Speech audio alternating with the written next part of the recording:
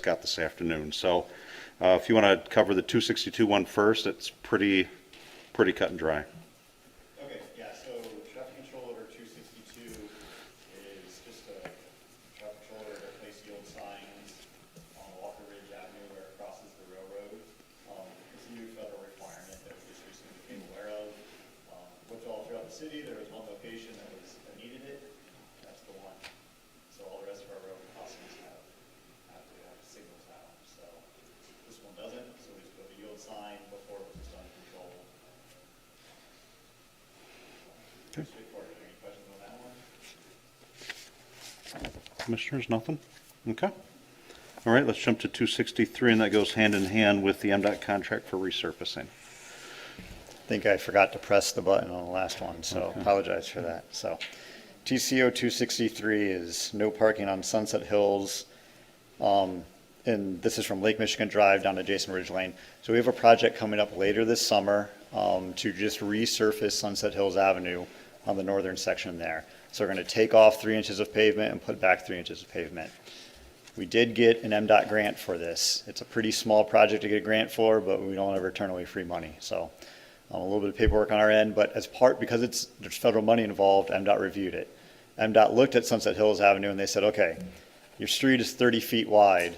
That's only enough room for vehicles to drive both directions and park on one side of the street. You can't allow them to keep parking on both sides of the street because vehicles would just be zigzagging around parked cars. Furthermore, they pulled an accident history and found some geniuses who found a way to drive straight into a parked car.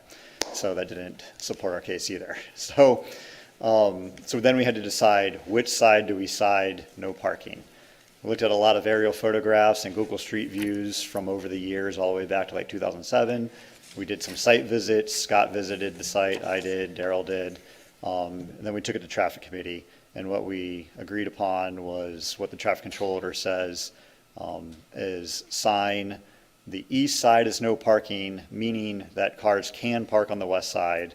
All of our observations show that cars are parking on the west side at a rate of 2 to 1 out there, over 2 to 1. So that traffic control order is required as a condition of us being able to accept this grant and to proceed forward with the grant project. So are there questions on the no parking? I have a question.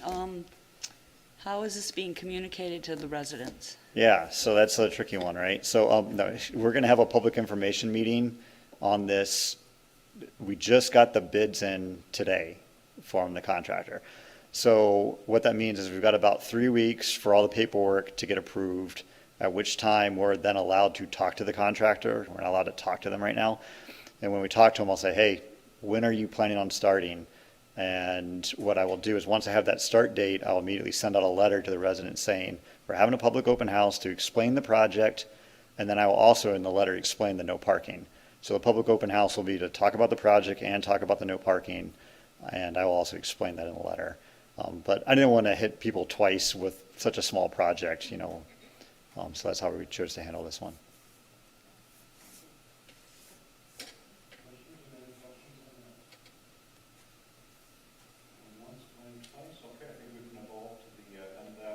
I have my mic on. We can evolve to the MDOT conversation, and I know some numbers came in later this afternoon. We just saw each other after 5 o'clock. Travis and I did a quick review those, so I'll turn that over to you.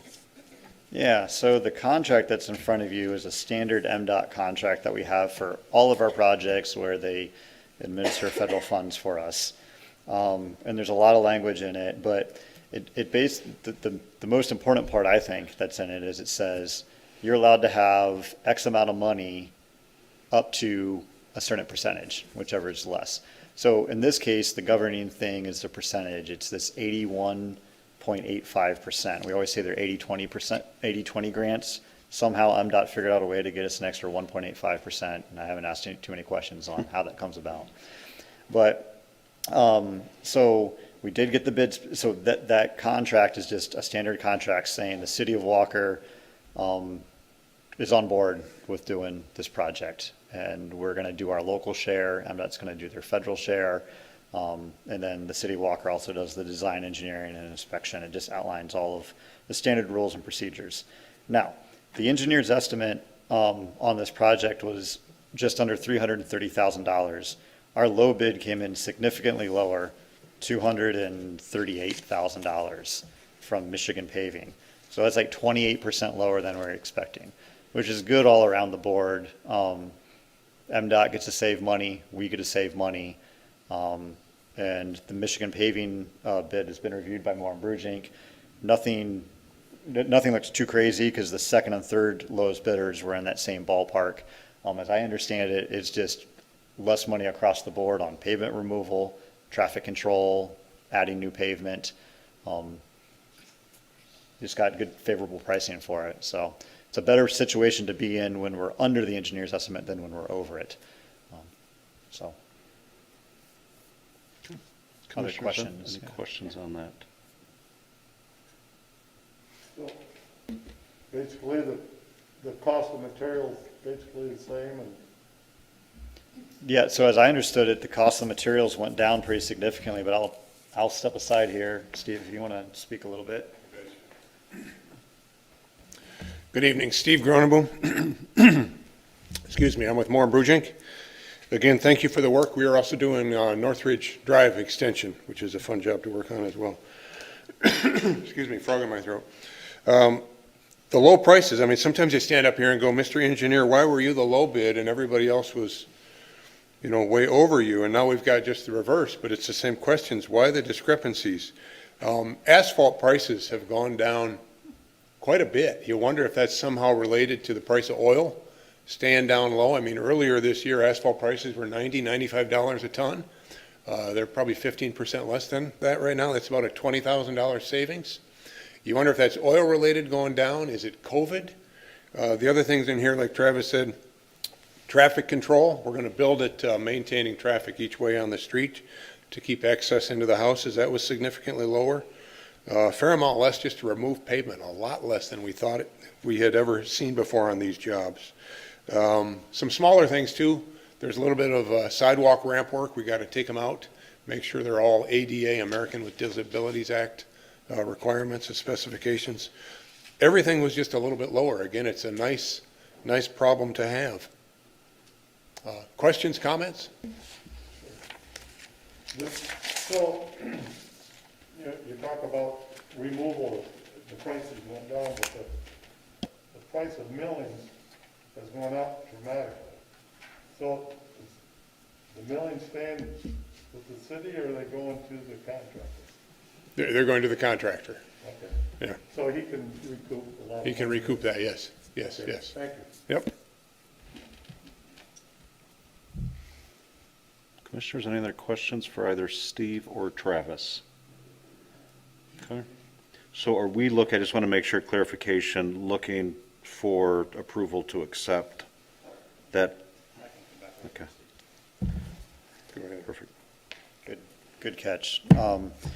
Yeah, so the contract actually you're passing a resolution that says that the mayor and city clerk are authorized to sign the contract. That's what you're doing tonight. And then Sarah has copies of the contract that should have some stickies on it, say mayor, clerk, sign here, 2 copies. Yep. So the resolution tonight, and then we'll need your signature afterwards, Mr. Mayor. So that's resolution 20-569 for those keeping score. All right, anything else for Travis or Steve? Are there any concerns? Otherwise, we might be willing to cut them loose. I see no questions. I think we'll be good.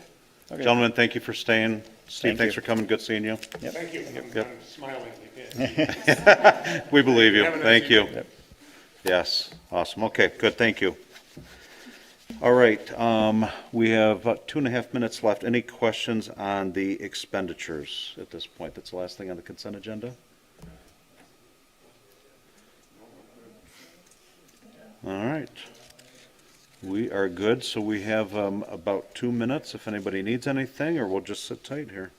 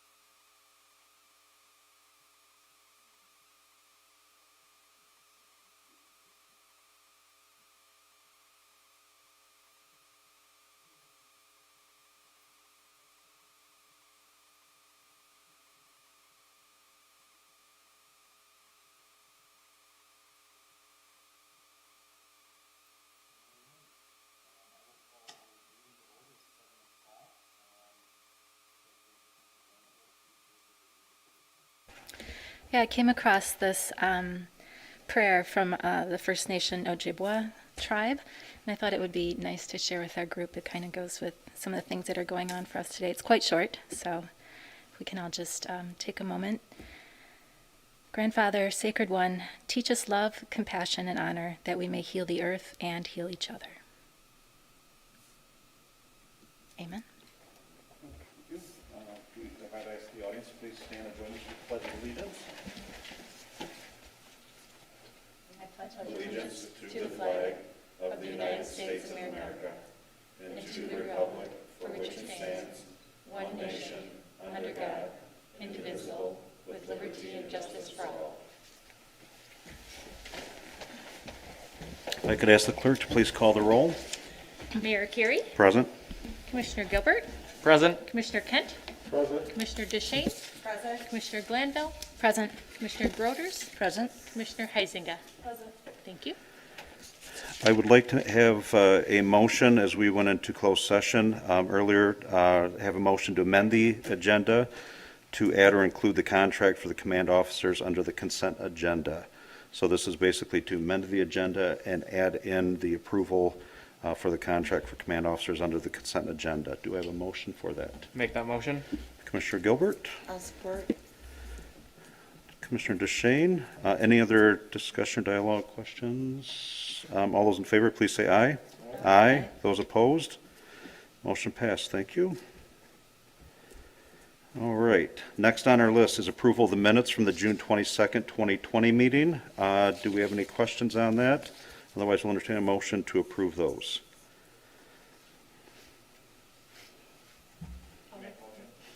Okay. Commissioner Gilbert, do I hear a second? Commissioner Heisinger, any other questions? All those in favor, please say aye. Aye. Those opposed? Minutes are approved. Next this is holding a public hearing for Industrial Development District for Northridge East at 3384 4 Mile Road Northwest. Anyone wishing to speak on the subject should raise their hand or come forward at this time. Anybody? Nobody on Northridge. All right, this public hearing is now closed. Public comment on any agenda items. So there's going to be two. I recognize some faces out in the audience. These are on agenda items. I believe there's some pickleball discussion that we'll have yet tonight, but that's to come. This is for public comment on any agenda items. Is there anybody in the audience wishing to comment on this? All right, we'll move on to the consent agenda. We have three items. They have the expenditures in the amount of $1,045,212.26. We have the traffic control order 262 for yield signs placed at Walker Ridge Drive Northwest at the railroad tracks for northbound and southbound traffic. And we also have another consent agenda, traffic control order 263, no parking on Sunset Hills Avenue Northwest from Lake Michigan Drive to North Drive of Harmon Field Park on the east side of the street. Are there any questions on this? We discussed this at the end of the committee of the whole meeting. If not, I'll entertain a motion for approval. I'll make the motion. Commissioner Kent, thank you. Support. support. Support, Commissioner Groders. Any other discussion on those three items? Going once, going twice. Look for approval on this from the group. Motions, I get a motion support. Did I get all seven? Okay, I've got a motion, Commissioner Kent, support for Commissioner Groders. Any other questions? Otherwise, all those in favor, please say aye. Aye. Those opposed? Sorry, guys, I was looking at the wrong sheet. Next on our list, Resolution 20-568 to approve the proposed industrial development district for Northridge East at 3383 4 Mile Road Northwest. Frank, is there any clarity or points of emphasis you'd like to share with the commission? This is step one in really the only tool that Walker has locally for a project like this from an economic development standpoint. So what they're requesting tonight is the establishment of the IFT district. And IFT is industrial finance. This is the Industrial Development District. Yes, so what you're doing tonight is the PA 198 is industrial facilities. Facility. Tax, yes. First step is to then what will happen is you'll see down the road as individual projects are brought in, they will ask for their own specific tax abatement under PA 158. So first you establish the outline of the district, and then what follows are the individual businesses The facility. with their own specifics of operations and employees and investment, those kind of things. So this is really step one, and we do have Greg Bowl from District Development here if he has anything to add. And we hope to see more specific projects coming your way in the near future. Commissioners, any questions? We have Mr. Bowl in the audience. I think we're good. Otherwise, then, if there's no discussion, we'll entertain a motion to approve the proposed industrial development district for Northridge East, located at 3383 4 Mile Road Northwest. Entertain a motion. I'll make a motion. Motion, Commissioner Heisinger. Do you have support? I'll support. All those in favor, please say aye. Aye. Those opposed? Resolution 20-568 is passed. For our step one, so we're good there. Thanks for coming, Greg. Resolution 20-569 is to approve the MDOT contract for resurfacing work along Sunset Hills Avenue from north of Jason Ridge Lane northerly to Lake Michigan Drive. We just covered this in the committee of the whole meeting. Are there any other questions on this? Seeing none, I'll entertain a motion for approval. I'll make the motion. Motion, Commissioner Glanville. We have support. Support, Commissioner DeShane. All those in favor, please say aye. Aye. Those opposed? All right, Resolution 20-569 is passed. Number 12, Frank, I'll come to you in just a second. So this is first reading of ordinance 20-655. This is really a change to our ordinance to really allow temporary use as permitted without a temporary use permit. I guess is a summary. So this is a bit of a proactive measure on our part with the COVID, trying to help some businesses out and being a little bit more friendly in that. So, Steve, Commissioner Gilbert, I'll come to you in a second. Frank, is there any additional insight you'd like to share on this? We have a cover memo from Tricia Anderson. Steve is your point of contact for Planning Commission and what you guys thought of this ordinance amendment. Just to let you know, within Chapter 94, which is your zoning code, there's an article in there for temporary uses. We had enough flexibility in that code to provide outdoor restaurant seating temporary use permits for San Diego, which is the old Crooked Goose. Rooster in Standale, and then Lake Michigan Sports Bar, the former venue, also has been issued a permit. But what we wanted to do was put in a specific ordinance that clearly says, hey, if you want to do temporary outdoor restaurant seating, here are the 7 standards that you need to follow. So that way it fits in very well with the permit process. Planning Commission made some edits. I'll let Steve talk about those if he wants to.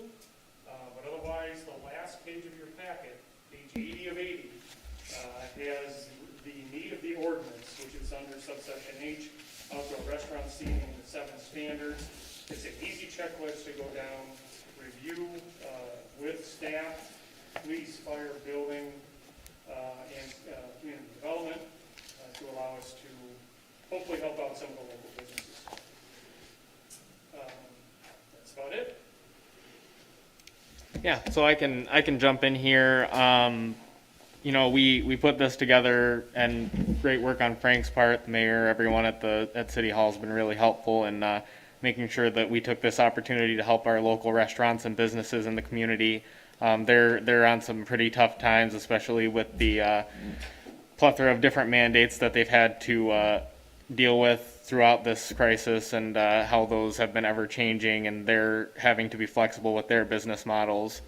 So we saw this as an opportunity to also be flexible with them, to create some more opportunity for these businesses to have some more seating and have some more customers be able to dine at their restaurants and really capitalize on whatever opportunities there might be.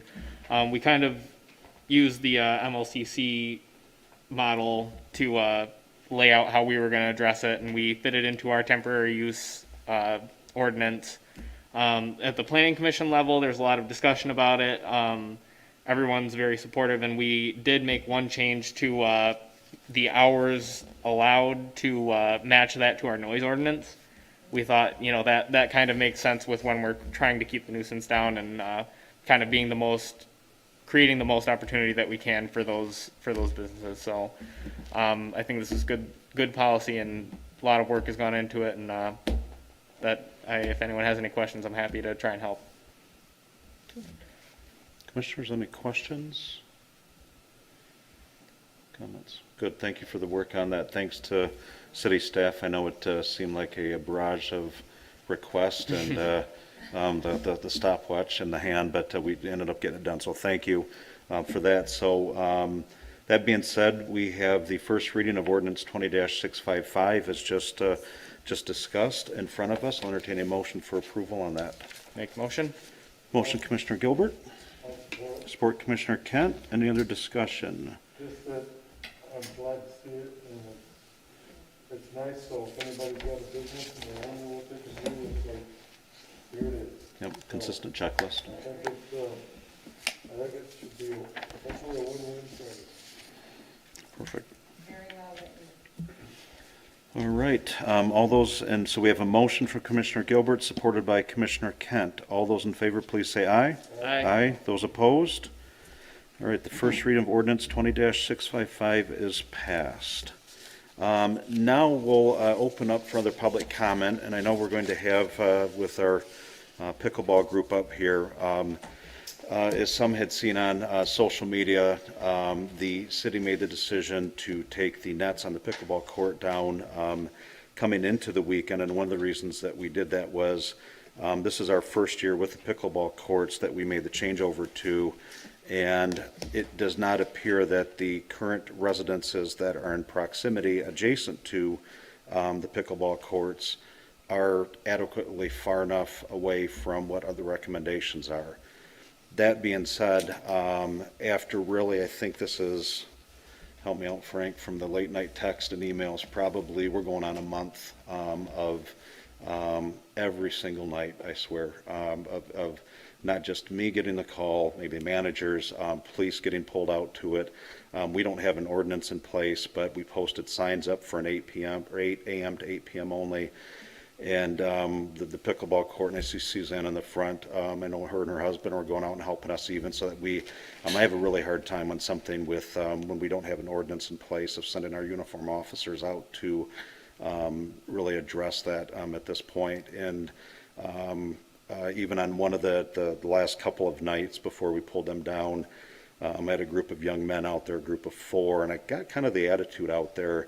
They just really didn't care about the signs being posted, and I don't like being played like that, and I don't like the disrespect to the neighbors.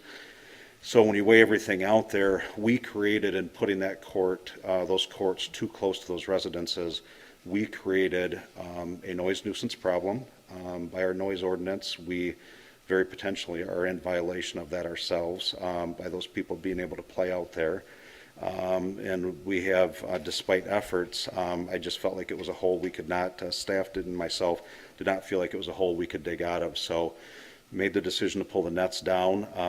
There has been a tremendous amount of work done since Friday. Friday morning they actually came down. There's been a lot of work by city staff already on looking at other locations, what the cost might be for a new concrete pad someplace. I did make the commitment, and I'm fine sharing this publicly. When Suzanne and I spoke one of the times last week, was I'm very comfortable sharing we would like to keep this in the city. So we're trying to find a way to make this work, but we can't create problems where they didn't exist before, not expect some type of repercussions from that, and that's quite possibly legal repercussions because we created a noise, an ordinance blight, or noise blight and ordinance issue back there potentially. So that all being said, nights came down Friday. I know that's why the group is probably here. So public comment now, feel free to come up. And if you come up, is just the one ask is if you'd state your name and your address for the record and just share your comments with us. So the mic is yours. And you'll just need to press the button down on the mic if you want to come up to speak. Okay.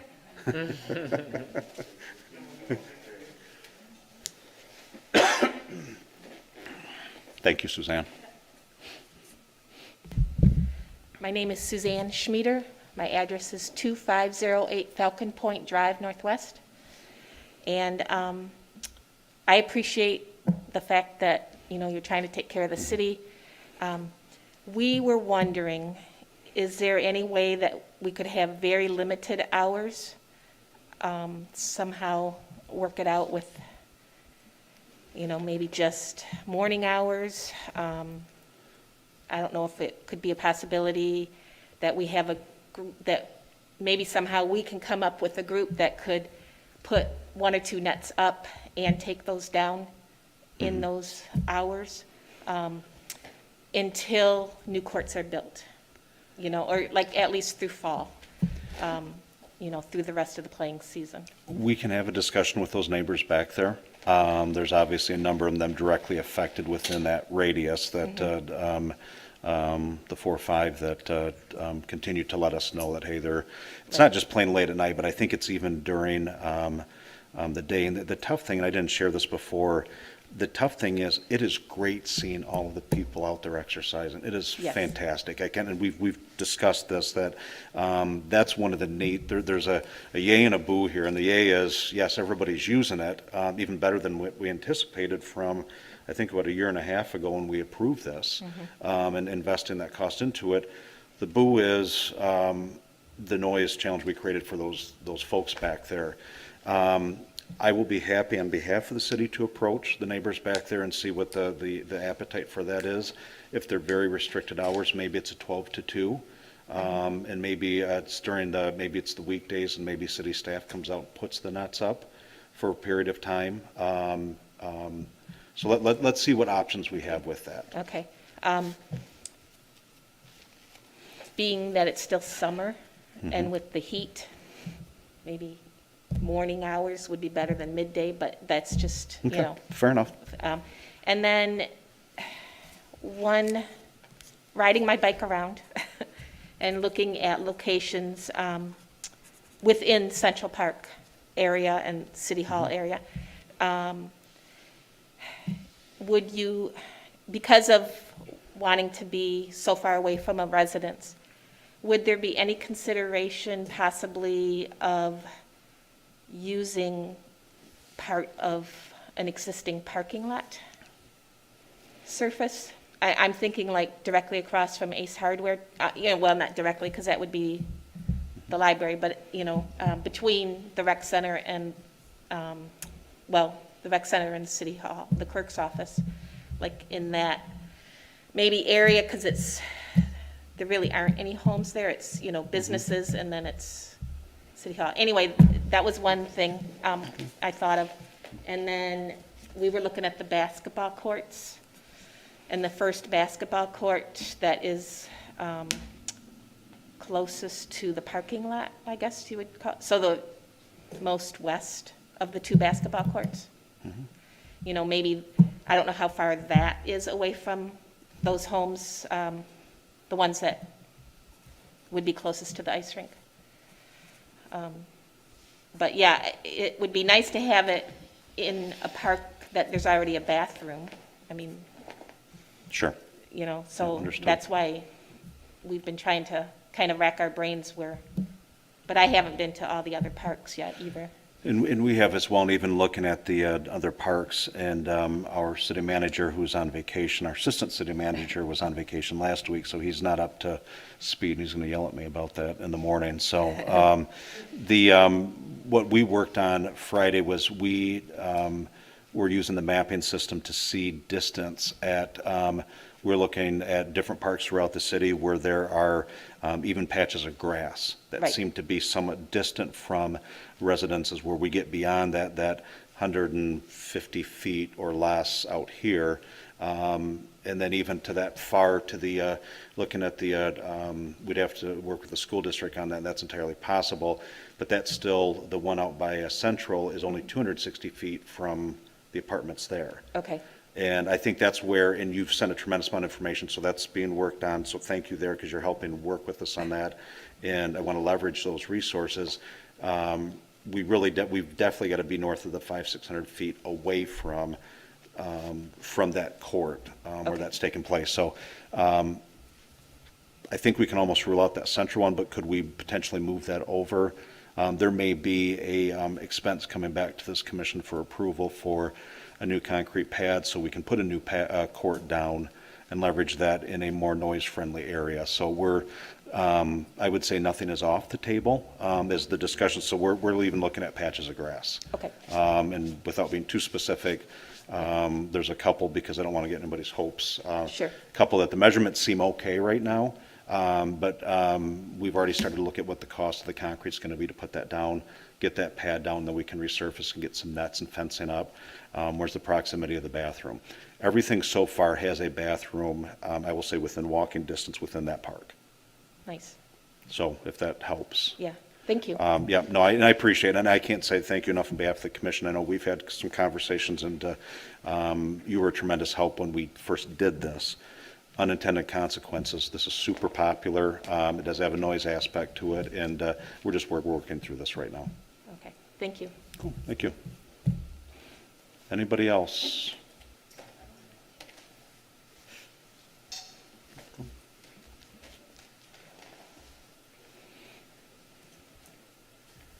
My name's Kellalavio. I'm at 1112 Kensington Northwest.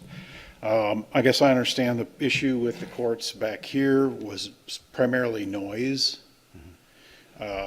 Any thought, investigation into adding any kind of noise attenuation panels or of the such between the courts and the house, or onto the cement wall and the building that's immediately behind the cement wall, which is probably acting as a sounding board and echoing the sound of the balls back toward the residences? No, you're spot on there with the description there. So the challenge we have when we were looking at just putting, our Public Works Department had looked just for the fencing material facing the residences, not even touching the buildings. We were exceeding at that point, I believe, $25,000-$30,000 just for that fabric. And the manufacturer specifically says that it could reduce noise up to 50%. And that's just that variable still. And when I see could reduce, not, the statement behind, yes, we can cut your noise volume in half. But you hit it right on the head. Part of that problem with the location is it's hitting those buildings up back of our public works garage, hitting those concrete walls, and that's what's echoing to the neighborhood. Well, something to keep in mind, I guess, or wherever you're looking at doing this, is what structure is nearby that's going to reflect sound back toward any residences, and to look at that sort of thing. And I appreciate you bringing it up, and I think it's to build on that. A very fair point is that we're looking at those areas. Do we need to upfront put in sound deadening material? We had the temporary for the first, I think it was the last 2 years, community park that was used there, and we had nothing up. And I don't remember, I won't put Frank on the spot, I don't remember us ever having to complain about those at all. So that could be yeah, exactly. And I think one of the pluses too, we elected on the advice of the county health department not to close our parks, unlike many other municipalities did, because the health department said, no, we want people outside and exercising and stuff. I don't think that helped the situation back there, and what could have been maybe a much smaller issue became, an impossible to overcome obstacle. So we're looking at options like that, and even if something were to go back to, say, community park, we're on the border for distance, but could we put up some type of noise abatement material? And there is nothing to echo, to your point, on that side with around there. Well, we were looking at the southeast side there of the fitness center. Yes. And you do have that wall, depending on how close you go, but Correct. Might be worth trying to come up with, hey, what's a good decibel level for the sound, and then just kind of experiment, get some people out there whacking the ball back and forth and measure the sound level at a certain distance to see, what the difference is between that and ambient, so you know whether you're going to have a problem right up front or not. Sure. No, great points. And we do have a noise decibel measurement device, I think it's called, in our police department. and we planned on using that. I've already spoke with a couple of neighbors and said, just giving you a heads up, we may be out there, hitting that ball pretty hard here in the coming days.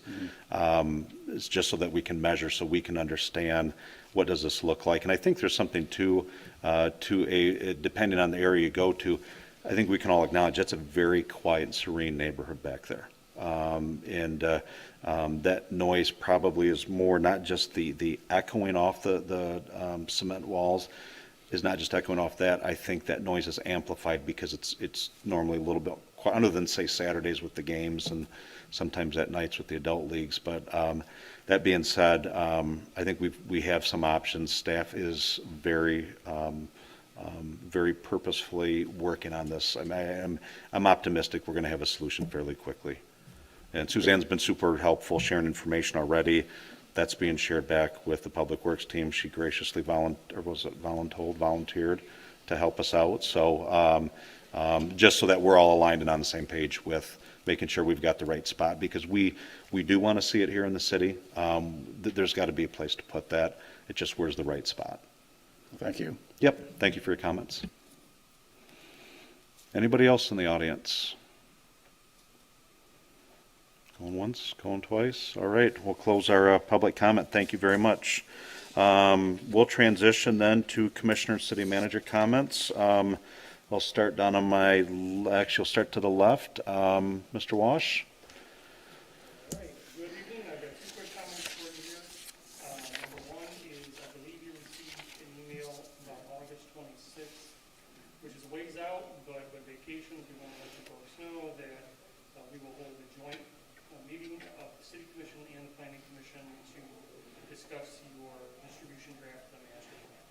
So we're assembling how to make that a productive meeting, and we'll get you material beforehand, but we wanted to get that on the calendars.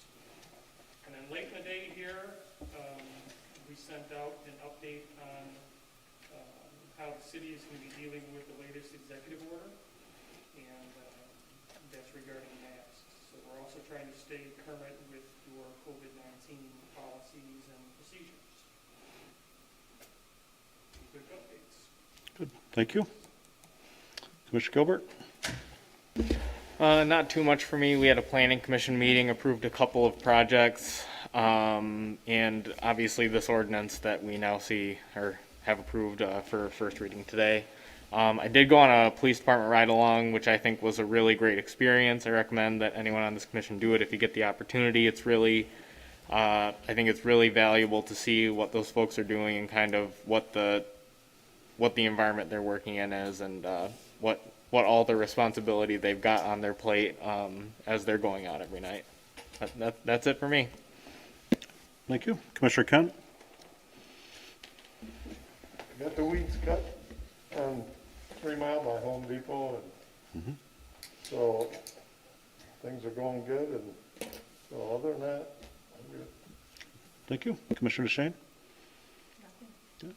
Commissioner Heisinger? Coming this way. I had a meeting with the Area Agency on Aging, and I just wanted to share a resource if anyone knows any veterans who are really struggling right now. Kent County Veterans has some funding for vouchers for Myers, $50 and $100 vouchers that are available to veterans who are struggling under the current circumstances. Outstanding. Good, thank you. Okay, Madam Clerk. All right, just a couple quick things. Obviously, we heard from the pickleball folks. I do want to thank the Public Works team has just jumped on that and coming up with some options and look through that. But we want to keep it there. It's just we're in a point where we created a problem back there by allowing those courts to go in too close. It puts us really in an untenable spot there. So we're going to move forward from that. Lastly, in the past week, 2 weeks actually, I think since our last meeting, I know Frank and I have spoken with developers for Northridge about some potential upcoming projects. Rockford and Walkerview met before I think you went on vacation. Great conversation. So I want to share, a couple of things here where, and then Representative Heising and I actually met with Falk to see how they were doing. They are anxiously chomping at the bit to get up and going. They basically have, I believe it's 5-6 engineers that are in Italy that have to come set up their main output device. And otherwise, if they don't use them, there's something to do with the warranty there not being valid. So they can't have somebody in the state set up, but you can't bring people in from Italy into the country right now. So that is the only business in having speaking with these developers about potentials and some plans. And I think there's going to be a very active late summer and fall for the Planning Commission and the City Commission for business development. We are open for business, and we are in a fantastic spot right now. So that's a really good thing. Second thing is, and I'm going to leave on this note, is there was the email that the commission was copied in on, and it was from a neighbor speaking about defunding. It's not the only phone call that I've taken personally, and defunding specific to our police department. I know there are some of the neighboring cities that have taken this up and are looking to cut budgets, and I saw something today, the Seattle City Council wants to cut their police department funding, I think, by 50%. And I cannot be any more clear, and I was very specific and blunt in that email to the resident that reached out to all of us. It's not something that's going to be on the table here. It's not something under consideration because it's not solving any problems we have. So I want to be crystal clear about that, and any positioning around that. I want, whether our chief is sitting here or not, I'd say the same thing, and he knows that.